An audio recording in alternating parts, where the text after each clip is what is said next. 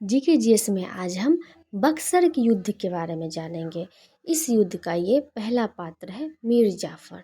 इसका शासनकाल 1757 से 1760 माना जाता है। हाँ, फिर जो है ये बंगाल का नवाब जो है 1757 से 1760 तक बना रहता है।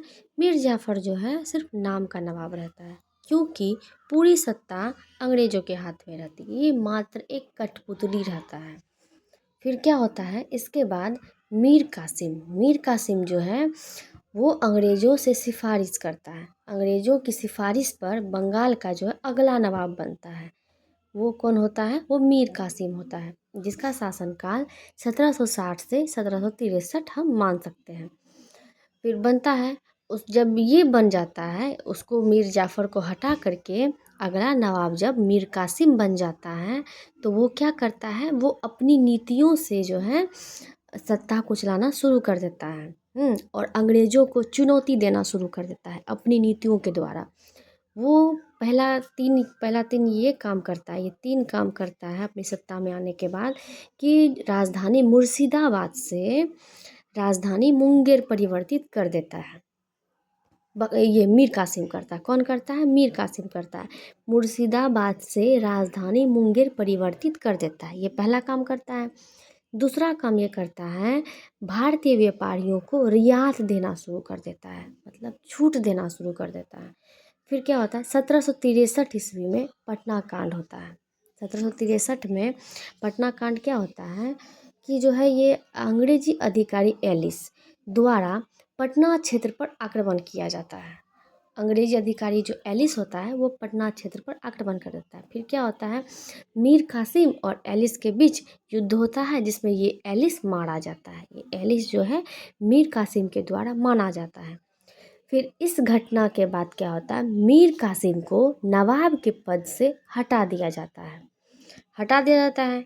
क्योंकि ये एलिस जो है, एलिस जो अधिकारी रहता है वो मारा जाता है। इस वजह से क्या होता है, इस मीर कासिम को हटा दिया जाता है। फिर क्या होता है, हटाने के बाद फिर से मीर जाफ़र आता है, जो कि यहाँ पर 1757 से 1760 तक था। उसके बाद फिर ये मीर कासिम आया। उसके बाद जब ये हटता है तो फिर से मीर जाफ़र आता है।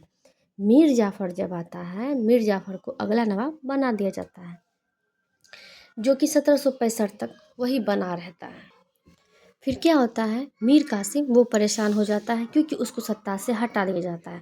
उसको वापस सत्ता में आना था, इसलिए वो क्या करता है, शाह आलम द्वितीय जो कि मुग़ल शासक और शुजाउद्दौला, इसके पहले हमने पढ़ा था सिजाउद्दौला, अब यह है शुजाउद्दौला, जो अवध के नवाब थे।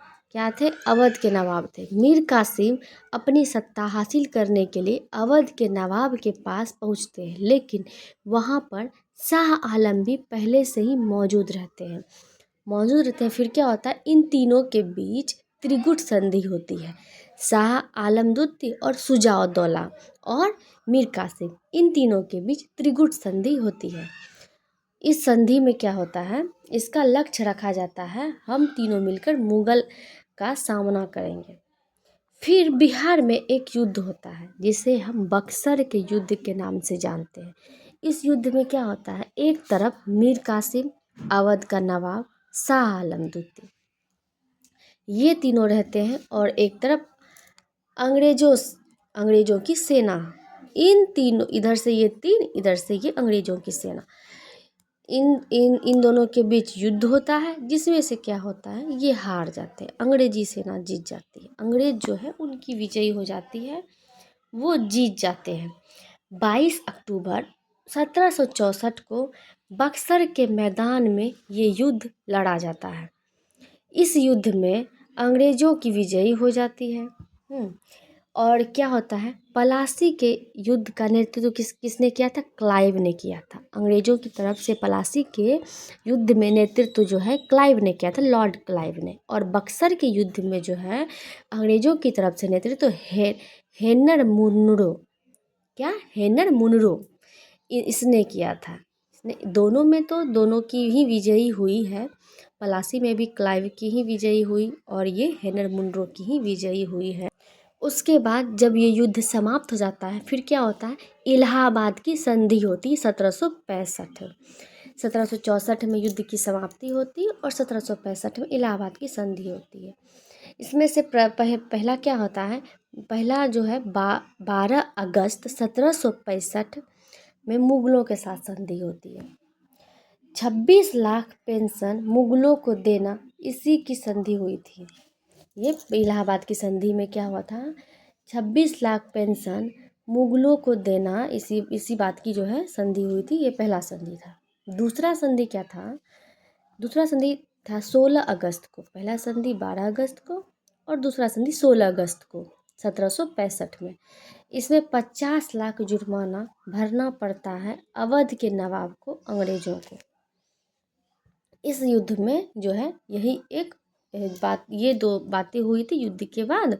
बक्सर के युद्ध में पहला ये कि जो है पेंशन की बात कही गई है, दूसरा जुर्माना की बात कही गई है।